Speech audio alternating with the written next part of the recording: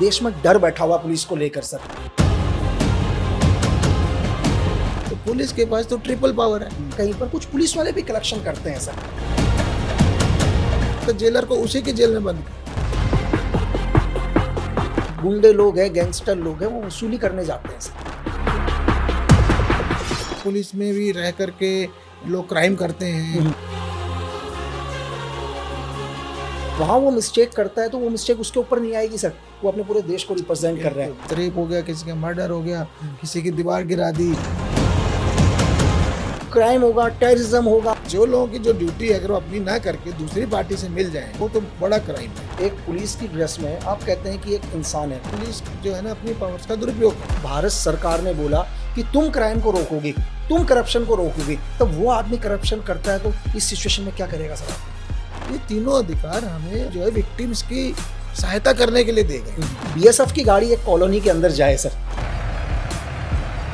लोगों का देखने का नजरिया चेंज हो जाएगा सर। वहीं पर पुलिस की 5 गाड़ियां जाती हैं तो लोगों के अंदर डर हो जाता है सर। मैं उस पुलिस वाले को सस्पेंड करता हूँ। पुलिस का सर मोटो है कि सेवा सुरक्षा। तो पुलिस को देख के लोगों को तो खुश होना चाहिए। तो ये कितनी बड़ी समस्या है सर देश की। तो ट्रक वालों से पैसा वसूल रहे थे, हमने उनको जेल भेजा। साइबर क्राइम कितना खतरनाक है सर आज के टाइम में। उसने रिक्वेस्ट एक्सेप्ट कर ली, 97 लाख रुपए चला गया उसका धीरे धीरे। ऐसे ही मैंने उसको क्लिक करके देखा उस आदमी की फोटो को, मेरे बैंक से सारा पैसा चला गया सर। उत्तराखंड देखो कितना बढ़िया, क्योंकि वहाँ फ्रेंडली पुलिस है। देश में कानून व्यवस्था सही होगी तभी डेवलपमेंट होगा सर। ये जो है ये हमारे लिए सबसे बड़ा चैलेंज है। कुछ एक बच्चे ड्रग्स में जा रहे हैं सर। हमने तो चाइल्ड फ्रेंडली पुलिस स्टेशन भी बनाए हैं। तो क्या हिंदुस्तान के लॉ के हिसाब से क्या यहाँ की अदालत में कानून चलेगा सर? एक बार फिर लक्की बिस्ट अनकट पॉडकास्ट में यार, आज के पॉडकास्ट में एक खास मेहमान जिन्होंने देश में 3 दशक से ज़्यादा सेवा दी है।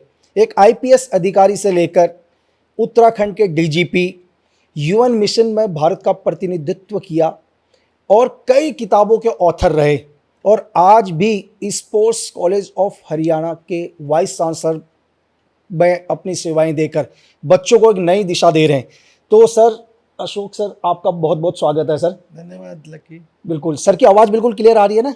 क्योंकि सर हमारा अनकट पॉडकास्ट है, बिल्कुल कट नहीं होगा सर। और मैं आपसे सबसे पहले ये पूछना चाह रहा हूँ सर कि एक आईआईटी से लेकर आपने एक आईपीएस तक का सफ़र किया। अगर आप हिंदुस्तान में मैं देखूं तो जो भी लोग आईआईटी के अंदर जाते हैं यार, वो देखेंगे यार हम किसी फॉरेन कंपनी को सर्व करते हैं, कई फॉरेन चले जाते हैं, तो सबसे पहले कि बहुत कम देखने को मिलता है। अभी तो फिर भी काफी दिख रहा है, हमारे टाइम में तो और कम था। बिल्कुल यही चीज़ सर। ऐसा क्यों सर? मतलब लोग तो कहेंगे यार आईआईटी किया है सर, लोग मतलब आईआईटी लेना, लोग कहते हैं कि भाई आईआईटी क्या है, कोई डिग्री नहीं है, एक प्राउड है। देखो 80s में जब हमने 86 में बीटेक किया, हमारे टाइम के 50% से ज़्यादा लोग विदेश चले गए, यूएस चले गए। तो उन दिनों तो वही सबसे बड़ा क्रेज था। आज तो फिर भी बैलेंस हुआ है। तो यूपीएससी बहुत कम लोग देते थे।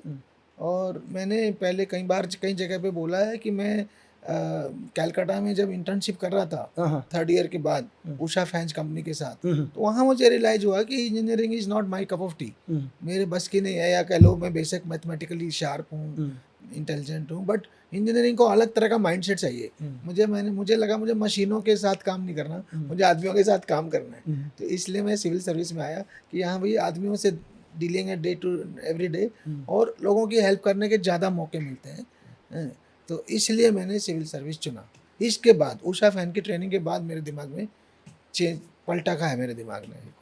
तो सर आपका जो भी मैंने आईपीएस जो आपका कैरियर देखा पूरा का पूरा, आपने जब उत्तराखंड यूपी था, आप यूपी में रहे, आप उत्तराखंड के अंदर आपने एज ए डीजीपी से आप रिटायर हुए, लेकिन आपने भारत की पैरामिलिट्री फोर्सेस के अंदर भी, आप चाहे सीआरपीएफ हो, हिंदुस्तान की सबसे बड़ी पैरामिलिट्री फोर्सेस है आज के टाइम में, बीएसएफ हो, आपने भारत को यूएन में भी रिप्रेजेंट किया सर। कितना फ़र्क है सर जब आप एक पैरामिलिट्री फोर्सेस में जाते हैं फिर एक सिविल पुलिस के अंदर, दोनों ऑर्गेनाइजेशन में आपको कितना डिफरेंट लगा सर? देखिए फ़र्क काम की नेचर देखें तो बहुत ज़्यादा है, ऑलमोस्ट दिन रात का फ़र्क कह सकते हैं आप। क्योंकि जो काम की नेचर है सिविल पुलिस में, पब्लिक डीलिंग है, बिल्कुल डे टू डे लोगों से डील करना है, लोगों की प्रॉब्लम सॉल्व करनी है, पीड़ितों को न्याय दिलवाना है, ठीक है ना। किसी का क्राइम हो गया, किसी के साथ रेप हो गया, किसी का मर्डर हो गया, किसी की दीवार गिरा दी, आप समझ गए, ये सारे झगड़े डे टू डे के निपटाने हैं आपको।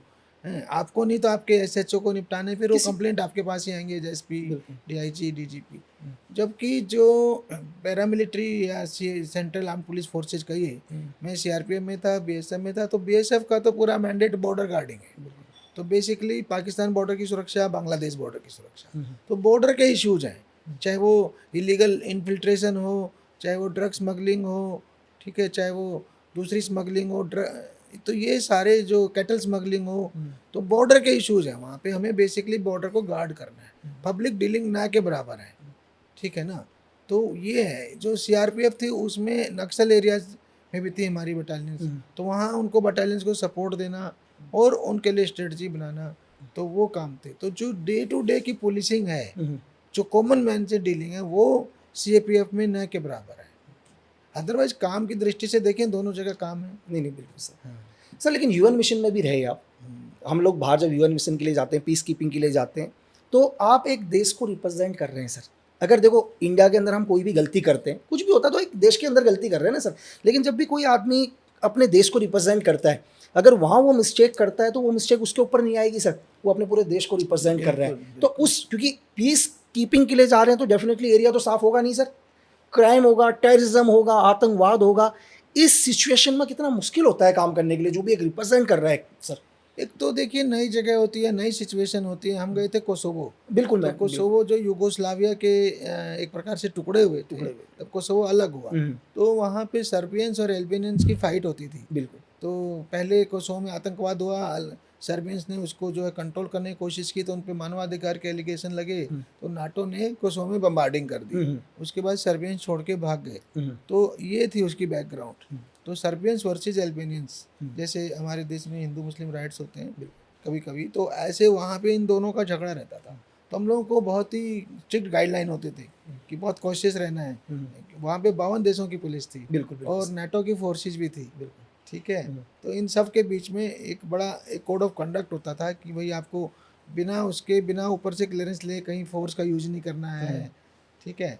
तो ये सारे काम रहते हैं। मैं तो वार क्राइम इन्वेस्टिगेटिंग यूनिट में था, तो उसमें इस तरह की कंप्लेंट आती थी कि हमारे आदमी मार के दबा दिए हैं, गायब हो गए, या मेरी प्रॉपर्टी कब्जा ली, हम उस टाइम भागे, पीछे से इन्होंने हमारी प्रॉपर्टी कब्जा ली। तो ये इस तरह के उनको केसेस को इन्वेस्टिगेट करते थे हम लोग। तो इसके बाद सर मैंने बहुत कम देखा, आपने 5-5 किताबें लिख ली सर। पहले तो उतना टाइम कैसे मिलता होगा सर? मतलब एक क्या कहते हैं, उत्तराखंड के डीजीपी भी, आपने पूरे स्टेट में लॉ एंड ऑर्डर भी लगाने हैं, 5-5 किताबें आपने लिख दी। आपने बोला कि यार कि जो खाकी के अंदर है वो भी एक आदमी है, जो आपने आपकी बुक आई, आपने बोला भाई साइबर एनकाउंटर, लोगों ने तो गैंगस्टर एनकाउंटर, टेररिज्म एनकाउंटर, लेकिन साइबर एनकाउंटर सर। तो सबसे पहले सर, जैसे कि यार जो एक पुलिस की ड्रेस में आप कहते हैं कि एक इंसान है, तो मैं आप पूरे क्योंकि हमारे को सर पूरा इंडिया देखता है, पूरा एशिया देखता है, तो मैं एक पब्लिक की तरफ से क्वेश्चन पूछता हूँ सर, कि मैंने और भी डीजी सर से कईयों से बात करी। क्या होता है सर कि हर कंप्लेन एक डीजी सर के पास नहीं पहुंच पाएगी। फॉर एग्जांपल 3 साल तक कोई डीजीपी हैं कहीं पर, तो मैं नहीं मानता कि एक नॉर्मल कंप्लेन भी वहाँ तक आ पाएगी। तो पहले क्या होता था सर, पिक्चरों में आपने देखा होगा कई जगह कि लोग, जो गुंडे लोग हैं, गैंगस्टर लोग हैं, वो वसूली करने जाते हैं सर, बॉलीवुड पिक्चरों में। लेकिन आज भी सिचुएशन वही है, आज चीज़ें चेंज हो चुकी हैं कई जगह। मैं ग्राउंड के ऊपर बात कर रहा हूँ, जहाँ मैंने ग्राउंड पर वर्क किया है। आज भी क्या है, कई जगह पर कुछ नीचे लेवल पर कुछ, या कहीं पर कुछ पुलिस वाले भी कलेक्शन करते हैं सर। सबसे बड़ी चीज़ सर देखो, एक आम आदमी क्राइम करे इस देश में, मैं मानता हूँ वो भ्रष्टाचार करे, लेकिन इस सिचुएशन में कैसे आप देखते हैं कि जिसको भारत सरकार ने बोला कि तुम क्राइम को रोकोगे, तुम करप्शन को रोकोगे, तब वो आदमी करप्शन करता है, तो इस सिचुएशन में क्या करेगा सर आदमी? देखिए, पहले तो मैं बता दूं, जो मेरी किताब खाकी में इंसान है, वो पूरा इसी का वो है कि पुलिस को जो अधिकार दिए हैं, पुलिस को जो पावर्स दिए हैं सरकार ने, उनका सदुपयोग करके हम लोगों की मदद करें। बिल्कुल। कैसे लोगों की हेल्प की जा सकती है, और खाकी में भी आखिरी इंसान ही बसते हैं। तो जो आप बात कर रहे हैं, ये कॉमन वो है, नॉलेज है। पहले तो फिल्मों में बल्कि यही ज़्यादा दिखाया जाता था कि पुलिस जो है ना अपनी पावर्स का दुरुपयोग करती है। तो जो आपने कहा कि जो पुलिस में भी रह करके लोग क्राइम करते हैं, तो ऐसे लोग हैं, बिल्कुल ऐसा नहीं है। ये किताब भी मैं यही शो कर रहा हूँ। ये तो जो नॉर्मली एक जनरल इमेज तो यही बनाई हुई है कि पुलिस में भ्रष्टाचार ज़्यादा है, क्राइम, पुलिस की खुद क्राइम में इन्वॉल्व रहते हैं। तो मैं कह रहा हूँ ऐसा नहीं है। ऐसे जो है ना भटके हुए लोग 5-10% लोग सब जगह मिल जाएंगे। अधिकांश लोग यहाँ भी लोगों की सेवा कर रहे हैं, इंसानियत कर रहे हैं, हेल्प कर रहे हैं, गुंडों गैंगस्टर्स को पकड़ रहे हैं। पर ये बात सही है कि जिसके पास भी पावर होती है तो वो उसका सदुपयोग करने के बजाय दुरुपयोग भी करने के चांसेस रहते हैं। तो पुलिस के पास तो ट्रिपल पावर है। कैसे हुई ट्रिपल पावर? पहली है वर्दी, ठीक है, तो उसको देख के भी लोगों में डर रहता है। बिल्कुल। फिर उसके पास हथियार हैं, तो वही हथियार तो आप समझ सकते हो हथियार क्यों दिए हैं? आतंकवादियों को लड़ने के लिए दिए ना, बिल्कुल। क्रिमिनल्स के अगेंस्ट, बिल्कुल, क्रिमिनल्स को खत्म करने के लिए दिए या क्रिमिनल्स को पकड़ने के लिए दिए। किंतु अगर वो हथियार मैं आम आदमी को डराने के लिए यूज करूंगा तो गलत हो जाएगा ना। बिल्कुल। और तीसरा फिर हमारे पास कानून की पावर भी है, FIR करना, अरेस्ट करना। तो ये तीनों अधिकार हमें जो है विक्टिम्स की सहायता करने के लिए दे गए। तीनों पावर कह लो। ये ट्रिपल पावर को कोई आदमी दुरुपयोग करने लगता है। आप समझ गए? नहीं, बिल्कुल सर, क्योंकि देश ये मैं जब यही, क्योंकि आपको सुनेगा, मैंने आपको बोला कि एक शायद एक पुलिस में एक DGP से ऊपर का कोई रैंक नहीं है सर। बिल्कुल, इससे ऊपर कोई रैंक नहीं है। जो भी आदमी मतलब हिंदुस्तान में जो IPS बनता होगा उसका सपना है कि मैं DGP बनूं, या एक लड़का लेफ्टिनेंट बनता है आज उसका सपना है मैं CDS बनूं सर। ठीक बात। यही दो। तो आप यहाँ से जहाँ रैंक खत्म है वहाँ आपने किया, तो आज आपको सुनेंगे लोग। और ये सच है सर, ये मैं नहीं बोल रहा हूँ, ये लोगों का क्वेश्चन है। क्योंकि मैंने कहा लोगों ने बोला अरे क्वेश्चन पूछना है सर से कि वर्दी है सर, चलो पुलिस को एक ड्रेस दे रखी है, सेम आपने पैरामिलिट्री फोर्सेस में भी किया सर, आपने BSF में भी किया। आज मैं बोलता हूँ कि एक BSF की गाड़ी एक कॉलोनी के अंदर जाए सर, एक किसी भी मोहल्ले के अंदर BSF के 5 लोग जाएं या CRPF के 5 लोग जाएं, लोगों का देखने का नजरिया चेंज हो जाएगा सर। वहीं पर पुलिस की 5 गाड़ियां जाती है तो लोगों के अंदर डर हो जाता है सर। तो मैंने कहा ना, जो 5% लोग, कुछ परसेंट लोग जो आ गए हैं हमारी यूनिफॉर्म फोर्सेज में भी, सब जगह आते हो, पुलिस में भी कहीं ना कहीं सब जगह रहते हैं, सब जगह। तो वो इसको बदनाम कर रहे हैं, वो गलत कर रहे हैं। ऐसे लोग हैं, मैं मना नहीं कर रहा हूँ, पुलिस में ऐसे लोग हैं जो इन पावर्स का सदुपयोग करने के बजाय दुरुपयोग कर रहे हैं, जो करप्ट हैं, जो लोगों को डराते हैं, जो लोगों से पैसा वसूलते हैं, तो बहुत गलत है। पर ऐसे लोग हैं, पर मैं कह रहा हूँ सिर्फ ऐसे ही नहीं है। नहीं, वो तो है सर। देखो, ईमानदार है तभी देश चल रहा है, तभी दुनिया चल रही है सर। तो वो हैं और बहुत गलत कर रहे हैं। मैंने पूरी सेवा में ऐसे लोगों को दंडित किया, पूरी सेवा में। मेरी जो खाकी में इंसान किताब है, उसकी पहली कहानी यहीं से शुरू होती है। एक महिला के साथ गैंग रेप होता है, ठीक है, शाहजहाँपुर की कहानी। गैंग रेप होता है, उसके पति को जेल भेजा जाता है। उसके बाद वो अगली बार उसके पति को पुलिस से मिलकर के झूठा ड्रग्स केस में फंसा देते हैं। मैंने कहा इतना बड़ी पीड़िता, वो बेचारी कहाँ जाएगी? या तो उन्हीं गुंडों गैंगस्टर्स के सामने सरेंडर करेगी या सुसाइड करेगी, क्या करेगी? तो मैं उस पुलिस वाले को सस्पेंड करता हूँ। मैंने कहा मैं नहीं टॉलरेट करूँगा ये, जिसने उसके हस्बैंड को झूठा जेल भेजा। तो ये मेरी पूरी किताब ही इस पे थीम पे है। एक हमने जेलर को जेल भेजा है, इस किताब में कहानी है। जेलर जेल से एक्सटॉर्शन करवा रहा था, जेलर को उसी की जेल में बंद किया, अरेस्ट होके, तब उसे समझ आया कि कितना बड़ा क्राइम कर रहा था। तो ऐसे लोग कर रहे हैं, वो टॉलरेबल नहीं है, किसी भी हालत में उसको टॉलरेट नहीं किया जाना चाहिए। ये मैं मैसेज दे रहा था। नहीं, बिल्कुल सर, क्योंकि देखो मैंने जैसे बोला कि जिस पर हम भरोसा करते हैं अगर वही हमारे अगेंस्ट हो गया तो सिस्टम के लिए बहुत ही, पूरे सिस्टम पे विश्वासघात है ना सर, और वो बहुत गलत है। इसीलिए पुलिस की इमेज, कुछ लोगों ने, कुछ परसेंट लोगों ने पुलिस की इमेज खराब कर दी। नहीं तो पुलिस को देख के लोगों को तो खुश होना चाहिए। बिल्कुल सर, पुलिस मतलब देखो, एक इंडियन आर्मी का मोटो है 1 बुलेट 1 एनिमी। पुलिस का सर मोटो है कि सेवा सुरक्षा, है ना सर? ये मोटो है कि यार मैं सेवा। लेकिन अगर इस मोटो पर चले सर, अगर इस मोटो पर चले तो मैं कह रहा हूँ कि हिंदुस्तान का, मैं नहीं मानता कि इंडिया के अंदर क्राइम होगा सर। कोरोना में ये मोटो थोड़ा ज्यादा उभर के आया, मित्रता सेवा सुरक्षा, जो हमारा उत्तराखंड का सर, बिल्कुल। तो उससे लोगों को विश्वास बढ़ा, कोरोना के दौरान पुलिस पे विश्वास बढ़ा। किंतु फिर कहीं ना कहीं कुछ लोग वसूली के धंधे में लग जाते हैं, तो हमारी छवि खराब करते हैं। लेकिन ऐसे लोगों के साथ मैं कह रहा हूँ एक आम आदमी से ज्यादा सख्त वो होना चाहिए सर।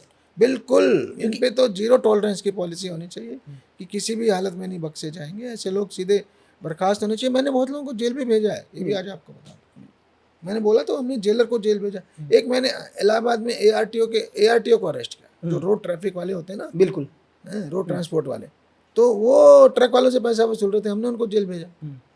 एक हाइडल इंस्पेक्टर पुलिस विभाग से बिजली विभाग में जो विजिलेंस बनती है ना, छापा मारने वाले, उसमें पुलिस का इंस्पेक्टर था, मैंने एक उसको अरेस्ट किया।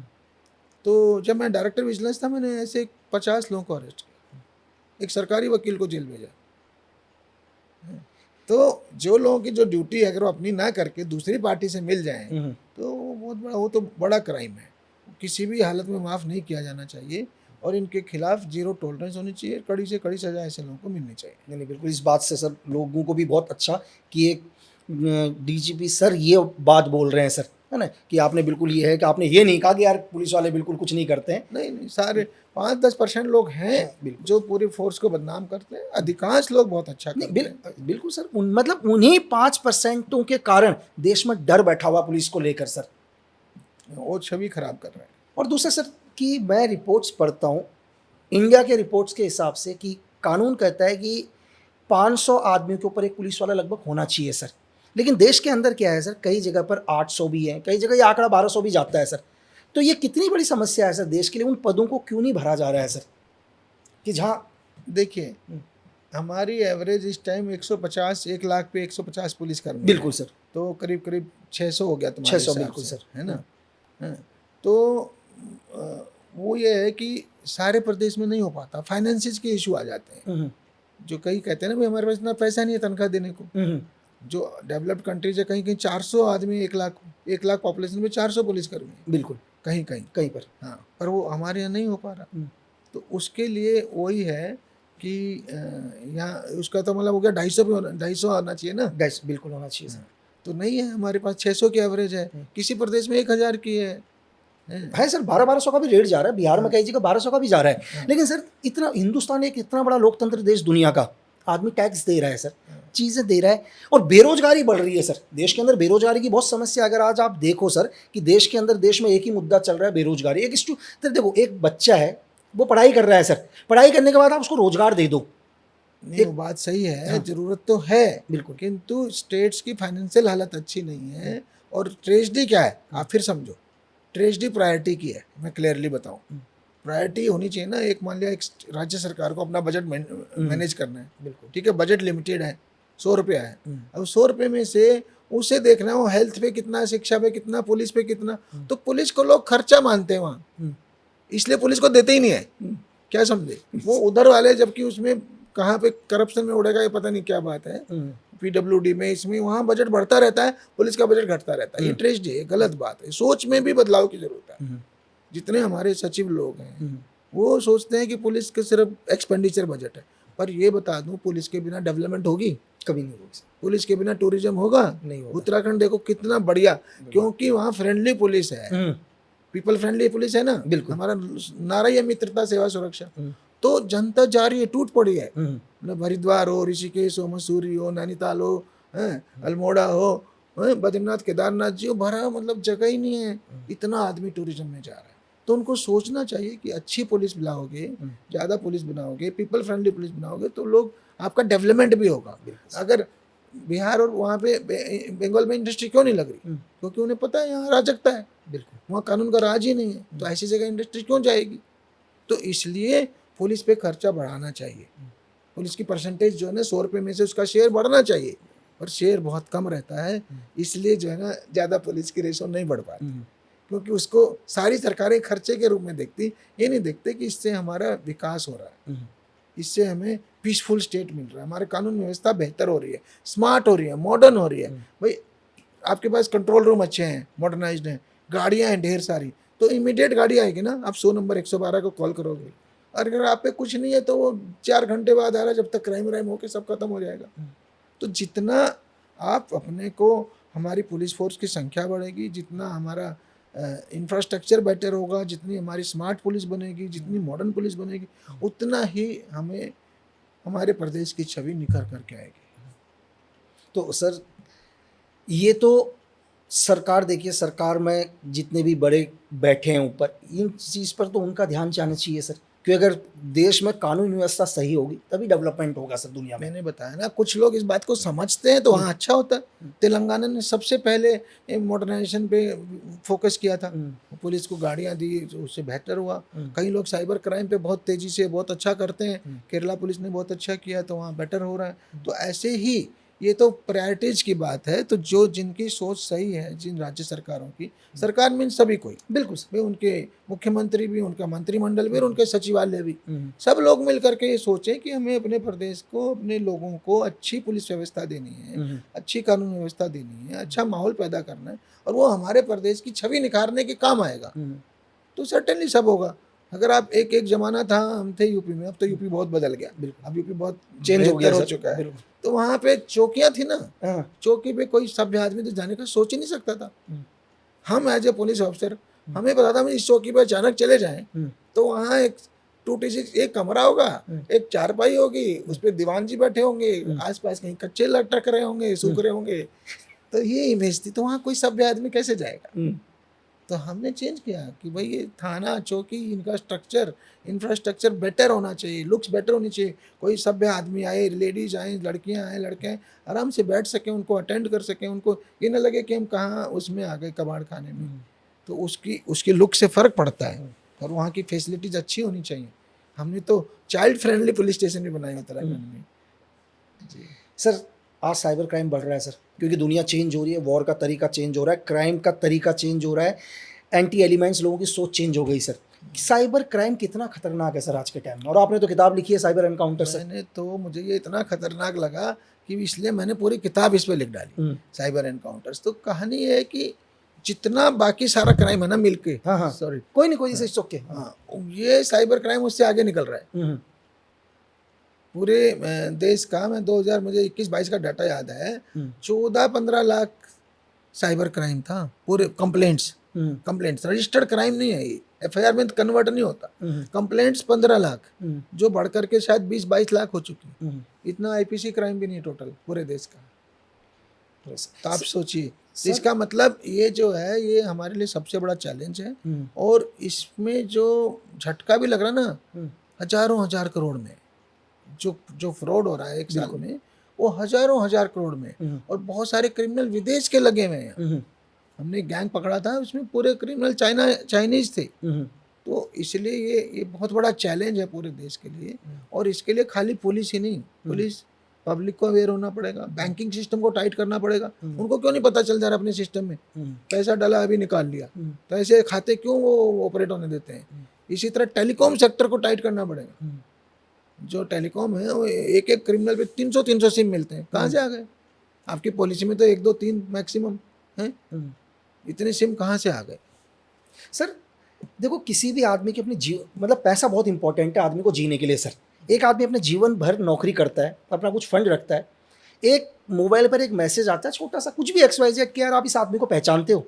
अब सर मेरे को भी आएगा तो मैं एक बार देख ही लूँगा यार कौन है आदमी करके। एक फ़ोटो आई मेरे पास और मुझे किसी ने लिख के भेज दिया, लक्की भाई आप इसे जानते हो क्या? मैं इसे टक करके, जैसे ही मैंने उसको क्लिक करके देखा उस आदमी की फ़ोटो को, मेरे बैंक से सारा पैसा चला गया सर।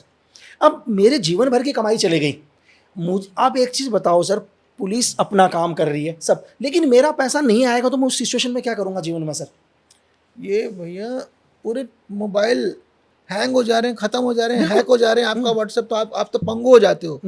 तो ये जो पैसा चला गया, ये बहुत, यही तो मैंने तो यहाँ तक लिखा है कि आपने किसी की फ्रेंड रिक्वेस्ट एक्सेप्ट कर लिया। कहानी है मेरी साइबर एनकाउंटर्स में है, उसने कहा अपने को लंदन में बैठे हुए पोस्ट किया था कि लंदन में बैठी महिला और आपसे फ्रेंड रिक्वेस्ट भेज रही देहरादून में बैठे 70 साल के आदमी से, उसने रिक्वेस्ट एक्सेप्ट कर ली, 97 लाख रुपए चला गया उसका धीरे धीरे कर। देख लो भाई, मतलब फ्रेंड रिक्वेस्ट एक्सेप्ट करने से 97 लाख रुपीस चले गए। हाँ, और एक पिथौरागढ़ में बैठे हमारे रिटायर्ड LIC के कर्मचारी थे, मिडिल रैंक के अधिकारी थे, उन्होंने एक अननोन वीडियो कॉल उठा ली। अच्छा, उससे उनका फोटो जो है न्यूड थी दूसरी तरफ, तो फोटो क्लिक हो गया, बस उस स्क्रीनशॉट से ब्लैकमेल करते रहे उसको। बंदा ही था, क्रिमिनल तक थी तो लेडी थोड़ी, बिल्कुल बिल्कुल। 45 लाख रुपए चला गया। जब उस पर एक पैसा नहीं बचा तब उसने मुझे अप्रोच किया, तब हम पकड़ के लाए, मेवात साइड से क्रिमिनल निकला। तो देखो ये तो डेंजरस गेम है, लोगों के करोड़ों आजकल डिजिटल अरेस्ट करके निकाल दे रहे हैं। हमें इसके प्रति अलर्ट होना है, डरना नहीं है, और किसी अननोन लिंक को क्लिक नहीं करना है। फिर भी मेहनत करेंगे तो केस तो वर्कआउट पॉसिबल है, बिल्कुल सर, ये समझ लो। और वो पैसा निकल भी सकता है, हमने बहुत सारे लोगों का दिलवाया वापस, पर आसान नहीं है। क्यों? क्राइम की वॉल्यूम इतनी ज़्यादा है, इतनी पुलिस नहीं है कि उसको जाके करे। अरे क्राइम ना हमारे यहाँ बैठे क्राइम बंगाल से हो रहा है, क्राइम झारखंड से हो रहा है, क्राइम आंध्रा से हो रहा है। कहाँ तक पुलिस जाएगी, कितनी बार जाएगी? तो हमें ये अलर्टनेस, अवेयरनेस, ये सब जरूरी है। साथ ही साथ जैसे मैंने कहा, वहाँ के लोकल पुलिस, कई बारी लोकल पॉलिटिशियंस, लोकल पुलिस, वो सबके सपोर्ट से ये लोग क्राइम कर रहे थे। झारखंड में अभी किसी ने, एक अच्छे एसपी ने रेड किया, तो कहीं यहाँ पे मेवात में 4-5 हज़ार पुलिस भेज के एक साथ, तो उसने 1,000 से ऊपर क्रिमिनल एक दिन में पकड़ डाले। वो पॉसिबल है, हाँ, वो भी करना पड़ेगा। यस सर, अभी क्या है, एक मेरा व्यक्तिगत क्वेश्चन है कि एग्जाम्पल के लिए एक मैटर अभी पूरे इंडिया में चल रहा है। आसाम का आपने सुना होगा, एक सिंगर जुबिन गर्ग, हाँ जी, जो मतलब उनके घर वालों ने, उनकी वाइफ ने एक लगाया कि इनकी एक नेचुरल डेथ नहीं है स्विट्ज़रलैंड के अंदर, इसमें हादसा है या हत्या है। एक सवाल है सर, सपोज करो कि क्राइम तो स्विट्ज़रलैंड की धरती में हुआ है, एग्जाम्पल के लिए, जो आदमी, चाहे उसको हम नेचुरल डेथ बोलें या जो भी इन्वेस्टिगेशन में आगे निकलेगा, या साजिश है या हत्या है, क्या उस सिचुएशन में हिंदुस्तान के ऊपर कानून चल सकता है सर? क्योंकि क्राइम स्विट्ज़रलैंड की धरती में हुआ है, आदमी स्विट्ज़रलैंड की धरती में मरा है। क्या अगर मैं यहाँ एक एफआईआर दर्ज करता हूँ इंडिया के अंदर, तो क्या हिंदुस्तान के लॉ के हिसाब से क्या यहाँ की अदालत में कानून चलेगा सर? ये बहुत लोगों का क्वेश्चन है सर। ये ना, इसमें कई सारे इश्यूज इन्वॉल्व हैं। मर्डर का केस वहीं लिखा जाएगा, मान लिया अगर वो मर्डर निकलता है तो सर बिल्कुल ठीक है ना। अभी तो उसको नेचुरल डेथ दिखा रहे हैं, वो एक्सीडेंटल डेथ दिखा रहे हैं। बिल्कुल। तो अगर वो क्राइम हुआ है, तो फाइनली बेसिकली तो रजिस्टर वहीं होगा, और उस पे वही सरकार, वहीं की पुलिस की या सरकार की जिम्मेदारी है। पर कभी कभी क्या होता है कि अगर ये चीजें सिद्ध हो जाए, मैं इस पर्टिकुलर केस की बात नहीं कर रहा, मतलब कोई भी एक हम जोड़ के देख रहे हैं कि इस टाइप के केसेस। हाँ बिल्कुल। मान लिया सोनम वाला देखिए आप, सोनम रघुवंशी, तो मान लिया क्राइम मेघालय में रजिस्टर हुआ, ठीक है, पर अगर हम ये सिद्ध कर देते कि यहाँ से उसको बुला के जो ले गए, मान लिया किसी को बुला के ले जाए दोस्त और जाके ले जाके मर्डर करवा दे, तो जहां से बुला के ले वहां से क्राइम की शुरुआत हो गई। हाँ, मतलब सर का कहने का मतलब है साजिश।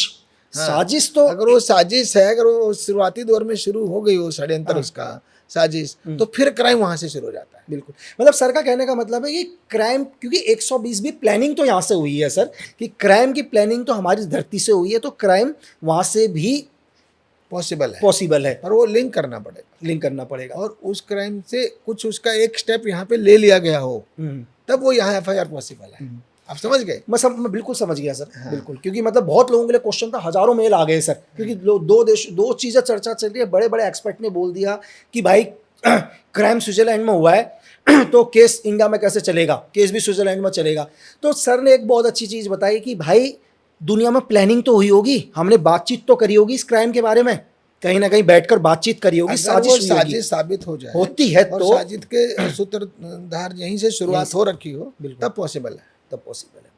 सर ये चीज़ बहुत हो गया। मैंने आपको बहुत सारे कल्चरल प्रोग्राम में देखा सर, कब मतलब अलग अलग कॉलेजेस के अंदर भी क्राइम के इवेंट्स होते हैं, उन पर भी मैंने तो सिंगिंग करते हुए भी देखा सर। नहीं, वो तो मैं बिल्कुल ही वैसे वाली है, मतलब देखा। और अभी मैंने आपको देखा सर, बिल्कुल जैसे हमारे बॉलीवुड में कहते हैं अक्षय कुमार सर भी सुबह अर्ली मॉर्निंग उठ जाके बिल्कुल एक्सरसाइज करते हैं, तो बिल्कुल एक्सरसाइज करते हुए चीज़ है। और मतलब कि हिंदुस्तान में मतलब लोग कहते हैं यार कि काम ही नहीं है। मैंने कहा कि सर ने आईआईटी करके आईपीएस बनकर डीजीपी बनकर अभी वाइस चांसलर बैठे हैं सर।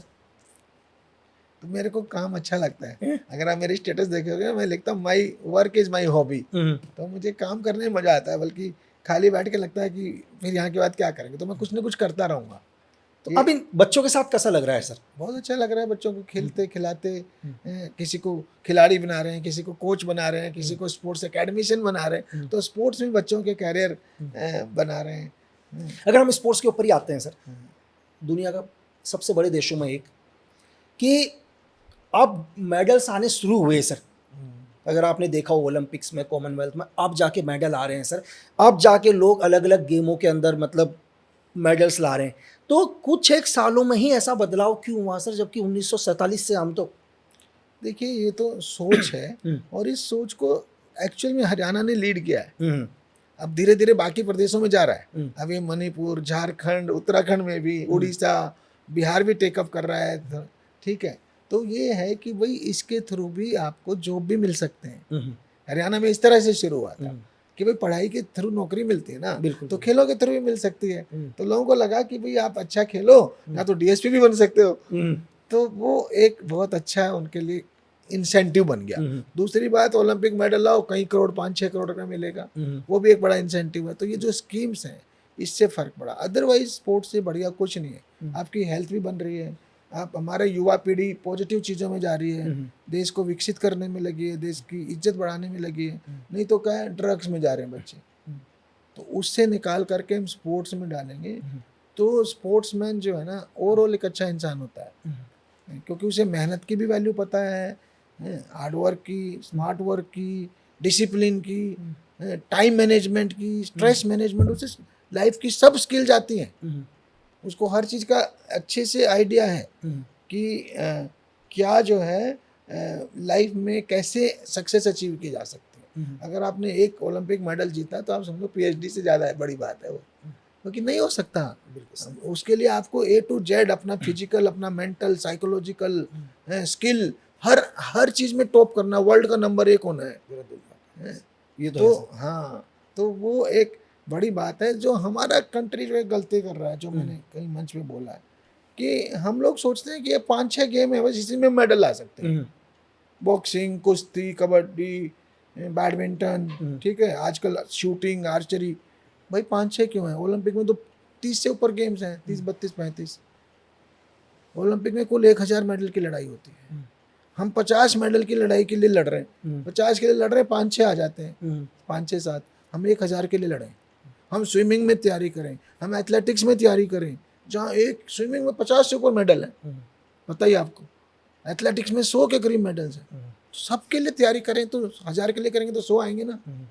अमेरिका, चाइना, उनके कैसे आ रहे हैं 100 मेडल, हमारे भी 100 आ सकते हैं। सिर्फ एक तो ये जज्बा होना चाहिए है, और एक हमें सब जगह इंफ्रास्ट्रक्चर बना दें। हरियाणा में धीरे धीरे प्राइवेट अकेडमियाँ खुल गई हैं, ऐसे ही देश में धीरे धीरे एक इसका जोश आए, जज्बा है, तो रिजल्ट आएंगे। हम ओलंपिक में भी सिरमौर हो सकते हैं। सर आपने बोला कि आज का यूथ ड्रग्स भी कर रहा है सर, देश में बहुत बड़ी समस्या आज की ड्रग्स की सर।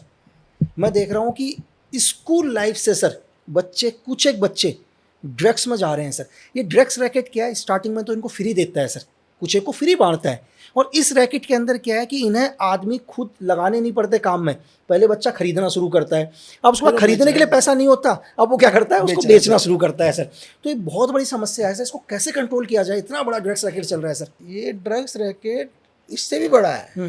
ये ड्रग्स रैकेट, ये समझ लीजिए इंटरनेशनल टेररिज्म से जुड़ा हुआ है। बिल्कुल, दुनिया में टेररिज्म को फंड करने का नंबर 1 सोर्स है ड्रग्स, ठीक है। तो भारत में भी जो ड्रग्स फैलाई जा रही है, इसके पीछे ISI का बहुत बड़ा हाथ है। बिल्कुल, क्योंकि उनकी फंडिंग कौन कर रहा है? जो आतंकवाद फैला रहे हो देश में, तो इसी सब पैसे से फंडिंग हो रही है। जब अफगानिस्तान में ड्रग्स उगाई जाती है, अफीम तैयार की जाती है वहाँ से, अफीम को हेरोइन 1 लाख रुपए किलो कॉस्ट आती है इसकी, सिर्फ 1 लाख रुपए किलो, या करोड़ों में आ रही है। जिस दिन वो पाकिस्तान बॉर्डर पार कर जाती है 1 करोड़ रुपए किलो, 1 करोड़ रुपए की। जिस दिन वो अमेरिका पहुंच जाती है $1 मिलियन, यानी 8.5 करोड़, 8.5 करोड़ की। तो कितना स्केल है, 1 लाख रुपए का 8.5 करोड़ तक बन जाता है, इतना बड़ा पैसा है ड्रग्स स्मगलिंग में। इससे टेररिज्म की फंडिंग हो रही है। लेकिन रोके कैसे सर? हमारा युवा इस जाल में आ रहा है, उन्हें पता नहीं चल रहा है कि कहीं ना कहीं डायरेक्टली वो टेररिज्म को सपोर्ट कर रहा है। ये जो ड्रग माफिया है, लोगों को शुरू में फ्री खिला के जाल में फंसा के फिर ड्रग एडिक्ट बना देता है, फिर वो बेचने में लग जाते हैं। सर मैं ऐसे लोगों से मिला हूँ जिन्होंने 2-2 करोड़ की ड्रग्स खत्म करके अपना पूरा परिवार खत्म कर चुके हैं सर। मतलब कभी उनके अकाउंट में 2-2 करोड़ हुआ करते थे, उस 2 करोड़ का ड्रग्स ले चुके हैं, और आज सिचुएशन ये है कि मतलब पूरी बॉडी कांप रही है अगलों की सर। भाई ऐसे बच्चे हैं, सबसे पहले जब उस पर पैसा नहीं रहता ना, फिर अपना पढ़ाई का पैसा उस पर लगा देते हैं, क्लास जाते हैं नहीं, फीस का पैसा ड्रग्स में, फिर घर में चोरी करने लगते हैं। जब घर के चोरी पकड़े जाने, बाहर चोरी करने लगते हैं। मैंने लड़कियों को देखा है प्रोस्टिट्यूशन करने लगती हैं, कॉल गर्ल्स बन जाती हैं। ऐसे केस हमने देहरादून में देखे हैं कि भाई ड्रग्स के, तुम कहाँ जा रहे हो, अपने को कहाँ लेके जा रहे हो भाई? ड्रग्स मजा नहीं है, ड्रग्स सचा है।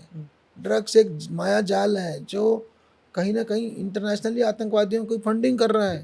तो इस जाल से दूर रहना है, हमें अवेयरनेस फैलानी है, हमें एनफोर्समेंट बढ़ानी है, दोनों काम होने। जनता में अवेयरनेस होनी चाहिए कि ये कहाँ, जैसे कभी सिगरेट तंबाकू का देखते हैं ना आप ऐड, कि जो है उससे पता चल रहा है कितना खतरनाक है बॉडी के लिए। ड्रग्स उससे बहुत ज़्यादा खतरनाक है, ये तो जान ले लेगी आपकी।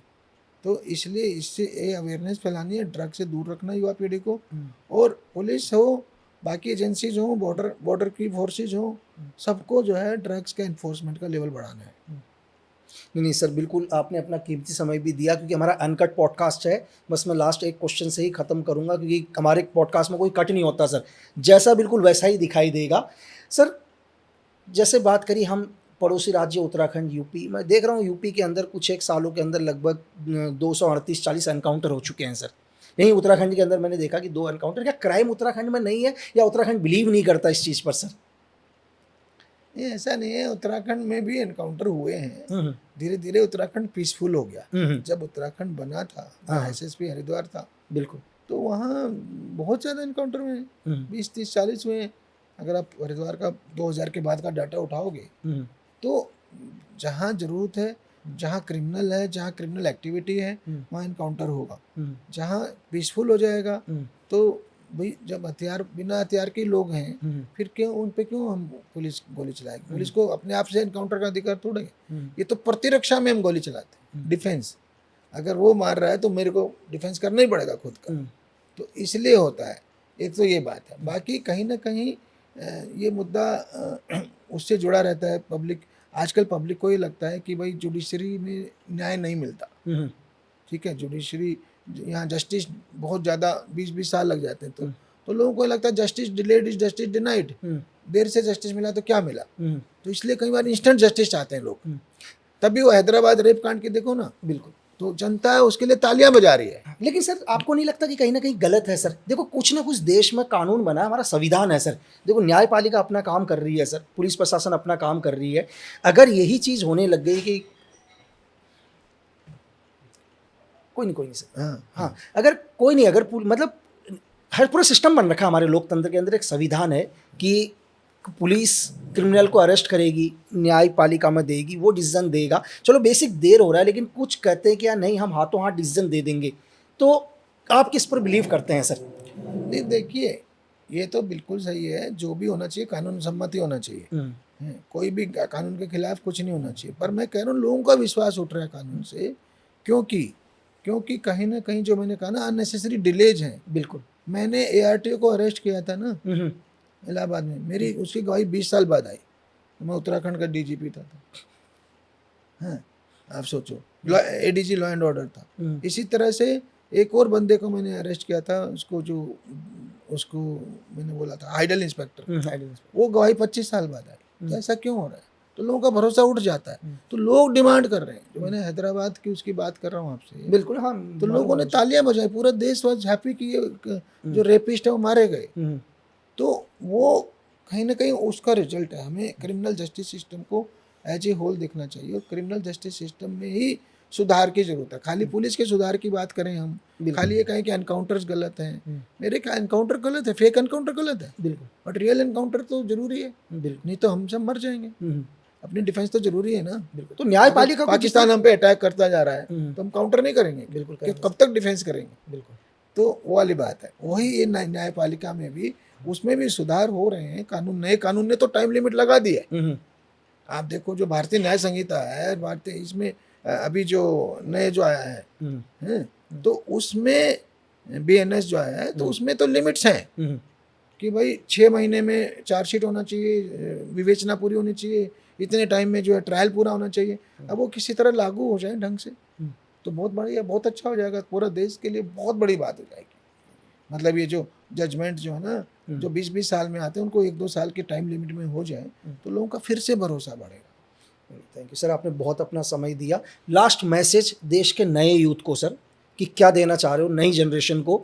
और दूसरा सर, 5 किताबों में से इन बच्चों को ये इंटरव्यू देखती पहली किताब कौन सी पढ़ देनी चाहिए सर आपकी, कि भाई पहले इसको खत्म कर दो यार? सबसे पहले पढ़नी चाहिए खाकी में इंसान। खाकी में इंसान। भाई ये बात देख लो कि आप लोग बहुत क्वेश्चन करते हैं कि आज तक कोई भी मतलब पुलिस ऑफिसर अगेंस्ट बात नहीं करते पुलिस के, कहते हैं भाई हमारी पुलिस तो 100 के 100% बिल्कुल ठीक है। तो खाकी में इंसान आप पढ़ लीजिए, एक मैसेज दे दो सर देश के यूथ को। सर मेरा मैसेज यही है कि अपनी ऊर्जा को सकारात्मक दिशा में लगाएं, पढ़ाई में लगाएं, सांस्कृतिक एक्टिविटीज़ में लगाएं, खेलों में लगाएं, बस ड्रग से दूर रहें। हैं, मेरा यही मैसेज है। तो ये देश जो है ना, हम तो ऑलरेडी वर्ल्ड के सिरमौर बनने की तरफ है। जो मोदी जी का सपना है 2047 तक विकसित भारत, मैं कह रहा हूँ हमारी युवा पीढ़ी लग जाए 47 का 37 से पहले बना देंगे। बहुत बढ़िया, हैं। Thank you sir. और बिल्कुल, और आपको बहुत बहुत धन्यवाद सर कि आपने अपना टाइम दिया। ये पॉडकास्ट आपको बिल्कुल अनकट दिखाई देगा भाई, कट नहीं होगा, कहीं पर कोई एडिट नहीं होगा, क्योंकि मैं आपसे हमेशा कहता हूँ कि एडिट करके हम दुनिया की सच्चाई को नहीं छुपा सकते। Thank you sir. Thank you.